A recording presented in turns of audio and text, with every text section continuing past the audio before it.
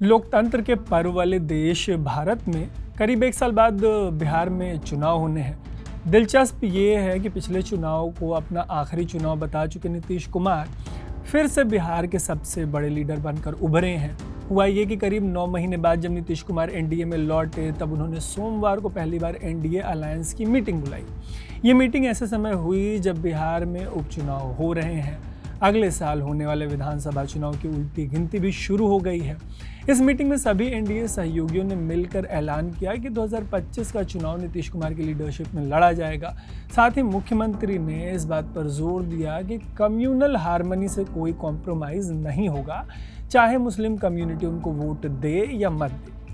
ऐसे में इस स्टोरी में एक नेता के तौर पे नीतीश कुमार के पुनर्जन्म, बिहार में एनडीए के ताने बाने, एनडीए के सामने पैदा हुई प्रशांत किशोर जैसी नई चुनौतियां, ऐसे तमाम बातों पे चर्चा करेंगे। जैसा कि मैंने आपको बताया, हाल ही में हुई मीटिंग में नीतीश कुमार ने सेक्युलरिज्म पे जोर दिया।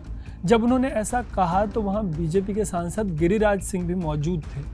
गिरिराज सिंह अक्सर अपने बयानों से चर्चा में रहते हैं और हाल ही में उन्होंने मुस्लिम बहुल इलाकों से हिंदू स्वाभिमान यात्रा निकालने का सिलसिला जारी रखा।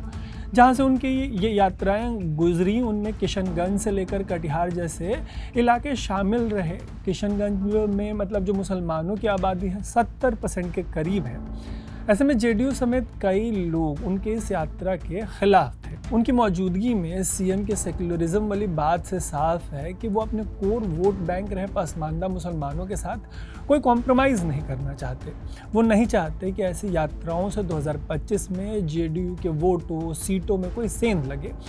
ऐसे में 2024 के लोकसभा चुनाव से पहले नीतीश के ऐसे बयान पर बीजेपी वाले बवाल कर देते थे, लेकिन अभी केंद्र में बीजेपी बहुत हद तक नीतीश कुमार पर डिपेंडेंट है और एनडीए में लौटे नीतीश ने डिपेंडेंट बीजेपी को ये साफ कर दिया कि बिहार में वो अपने हिसाब की राजनीति करेंगे। वैसे कहा तो ये भी जा रहा है कि इस एनडीए मीटिंग को बुलाने की एक वजह 13 नवंबर को होने वाले 4 सीटों के बाई इलेक्शंस हैं, लेकिन मीडिया रिपोर्ट्स के मुताबिक मीटिंग का असली मकसद एनडीए में बेहतर कोऑर्डिनेशन बनाना है, क्योंकि एक ज़माने में राजनीतिक रणनीतिकार रहे प्रशांत किशोर की जनसुराज की धमक बिहार की राजनीति में पार्टियों को महसूस होने लगी है। रिपोर्ट्स में यह भी निकल कर सामने आया है कि नीतीश बीजेपी को एक बात क्रिस्टल क्लियर करना चाहते हैं कि सांप्रदायिक मामले में बिहार में कोई कॉम्प्रोमाइज़ बिल्कुल नहीं होगा। रिपोर्ट्स के ही मुताबिक जेडीयू ये भी साफ करना चाहती है कि बिहार में तो एनडीए के नेता नीतीश कुमार ही हैं और पार्टी हिंदू मुस्लिम की राजनीति बिहार में नहीं चलने देगी। शायद इसी संदेश को मजबूती से देते हुए जेडीयू के ललन सिंह ने गिरिराज सिंह पर तंज किया और कहा कि गिरिराज सिंह की अपनी यूएसपी हो सकती है, लेकिन एनडीए को सांप्रदायिक सौहार्द पर कोई समझौता नहीं करना चाहिए। हालांकि इस मीटिंग में कोई भी बिल्ली के गले में घंटी बांधने के लिए तैयार नहीं हुआ। मतलब ये है कि बैठक में आरजेडी और प्रशांत किशोर की जनसुराज पार्टी की चुनौती जो है एनडीए के लिए, उस पर खुलकर कोई बात नहीं हुई।